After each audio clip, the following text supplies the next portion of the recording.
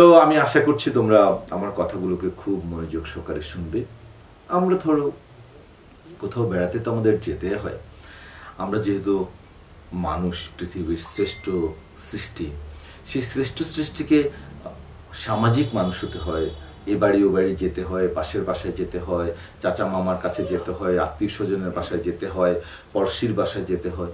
কিন্তু যার বাসায় আমরা যাই না কেন, সে বাসার যে নিয়ম কানুনগুলো আছে সেগুলো কিন্তু অক্ষরে অক্ষরে আমাদের পালন করতে হবে।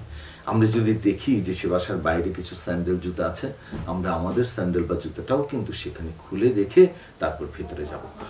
কোনো কারণে যদি তোমার পায়ের কোনো সমস্যা থাকে আর তুমি যদি বিশেষ ধরনের কোনো স্যান্ডেল অথবা জুতা পরে থাকো পায়ের সুবিধার জন্য, সেই ক্ষেত্রে কিন্তু গৃহকর্তা বা গৃহকর্ত্রীর অনুমতি নেবে যে আমার পায়ের এই সমস্যার কারণে আমি জুতো পরে আসতে হচ্ছে। যদি কিছু মনে না করেন, অবশ্যই তোমাকে জুতো নিয়ে আসার জন্য তারা আমন্ত্রণ জানাবে।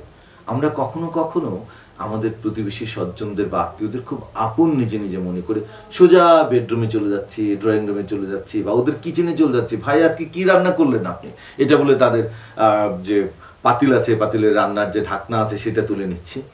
হয়তো হাসবেন আমাদের গৃহকর্তা বা গৃহকর্ত্রী, কিন্তু মনে মনে ভাববেন এই মানুষটি বুঝি আর ভদ্রতা শিখলো না, আচরণ শিখলো না। আমরা কখনো সেই কাজটি করতে যাব না। আমরা প্রবেশ করার সময় সালাম দিয়ে প্রবেশ করব, আর যিনি আমার জন্য দরজাটা খুলে দাঁড়িয়ে আছেন তিনিও আমাকে সালাম দিবেন। আর তারপর উনি বসতে বলবেন নিশ্চয়ই আপনার বাসায় গেলে, সেখানে আমি নির্দিষ্ট চেয়ার বা সোফায় বসে তার সাথে গল্প করব। একটা নির্দিষ্ট সময় পরে দেখে দেখা যাবে যে গৃহকর্তা বা গৃহকর্ত্রী আপনার জন্য একটা আপ্যায়নের ব্যবস্থা করেছেন। যাই দেখতে কেন, আপনি অত্যন্ত তৃপ্তির সাথে সেটা গ্রহণ করবেন। কখনো বলবেন না এটা কি করলেন আমার জন্য, এটা কি একটা চা হলো, অথবা শুধু কি বেলা বিস্কিট দিয়েই আমি চাটা খাবো আর কিছু নেই, এমন কোনো কথা আমার মনে হয় আপনারা বলবেন না, যাতে করে আমাদের গৃহকর্তা বা গৃহকর্ত্রীর মন খারাপ হয় আর আপনিও একটা অস্বস্তির মধ্যে পড়েন।